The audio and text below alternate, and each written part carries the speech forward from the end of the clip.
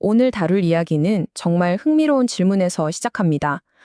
인류는 왜 어느 순간 정말 생생하게 잘 그리던 실력을 버리고 갑자기 추상적인 그림을 그리기 시작했을까요?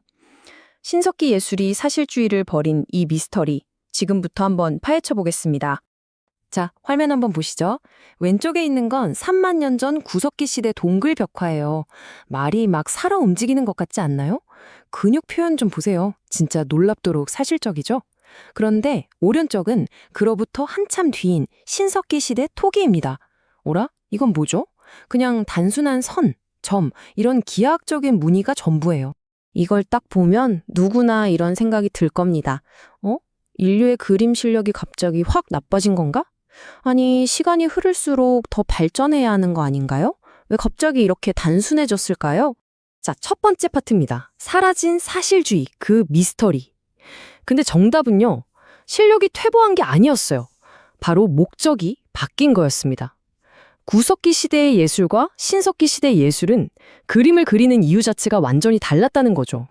이게 진짜 재밌는 부분인데요.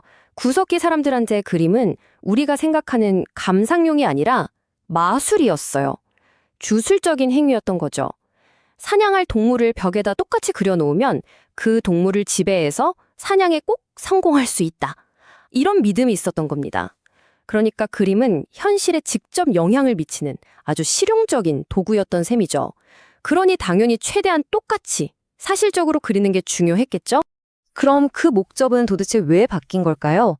그 답은 바로 인류 역사상 가장 거대한 변화, 바로 농업혁명에 있었습니다. 구석기 시대에는 매일매일 사냥감을 찾아다니는 유목 생활을 했잖아요. 그런데 신석기 시대에 들어서면서 농사를 짓고 한 곳에 딱 정착하기 시작합니다. 그러다 보니 먹고 남는 게 생기고 이걸 저장해야 할 필요가 생겼죠. 말 그대로 사회 전체의 생활 방식이 완전히 뿌리부터 뒤바뀐 겁니다. 중요한 건 이 경제 구조의 변화가 단순히 먹고 사는 문제만 바꾼 게 아니라는 거예요. 인간이 세상을 바라보는 관점, 그러니까 세계관을 180도 바꿔놓았습니다. 구석기 사람들의 세계관은 한마디로 마술이었습니다. 그냥 눈에 보이는 이 세계가 전부라고 믿는 그런 일원론적인 세계관이었죠. 그러니까 동굴에 그린 그림이 현실의 사냥감하고 바로 연결된다. 이렇게 생각했던 거예요. 그런데 농사를 짓기 시작한 신석기 사람들은 생각이 달랐어요. 이들의 삶은 이제 눈앞에 보이는 동물보다도 비가 오느냐, 바람이 부느냐, 계절이 어떻게 바뀌느냐 이런 보이지 않는 힘에 훨씬 더 큰 영향을 받았거든요. 그래서 자연스럽게 보이는 현실 세계 너머에 보이지 않는 영혼의 세계가 따로 있다고 믿게 된 거죠. 이걸 애니미즘, 즉 이원론적 세계관이라고 부릅니다. 바로 이 세계관의 변화가 예술의 형태를 완전히 뒤바꿔버린 겁니다. 이걸 아주 기가 막히게 설명하는 비유가 하나 있어요.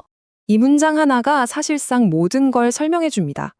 구석기 예술이 눈앞에 있는 대상을 그대로 찍어내는 고화질 사진 같은 거였다면 신석기 예술은 보이지 않는 규칙이나 의미를 전달하는 교통 표지판 같았다는 거죠.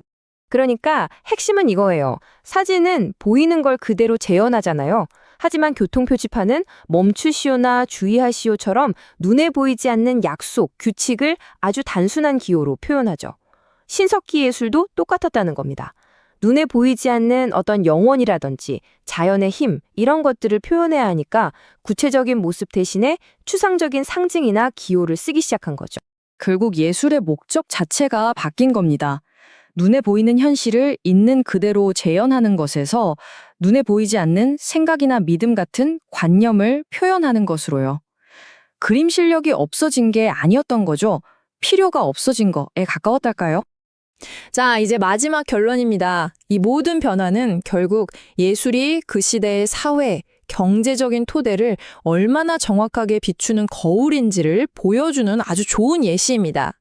근데 진짜 놀라운 건요. 이런 기하학적이고 추상적인 스타일이 무려 4,500년 동안이나 예술의 중심이었다는 사실이에요. 4,500년? 이건 뭘 의미할까요? 바로 농사를 짓는 그 생활 방식이 인류의 생각과 예술을 얼마나 오랫동안 또 강력하게 지배했는지를 보여주는 거죠. 그리고 이렇게 사회가 복잡해지면서 예술의 역할도 나뉘기 시작합니다. 죽은 뒤의 세계나 영혼을 위한 종교예술, 그리고 우리가 잘 아는 빗살무늬 토기처럼 일상생활 용품을 예쁘게 꾸미는 장식 예술로 말이죠. 이번 이야기의 가장 중요한 한 문장입니다. 우리가 어떻게 먹고 사는가 하는 경제 시스템이 세상을 바라보는 방식인 세계관을 만들고 그 세계관이 결국 예술의 형태를 빚어낸다는 것. 예술은 절대 사회와 따로 떼어서 생각할 수가 없는 겁니다. 그렇다면 마지막으로 이런 질문을 한번 던져보고 싶네요. 지금, 이 순간, 우리가 보고 즐기는 현대 예술은 과연 오늘날 우리 사회의 어떤 경제 구조와 세계관을 비추고 있는 거울일까요? 한 번쯤 생각해 볼 만한 질문 아닐까요?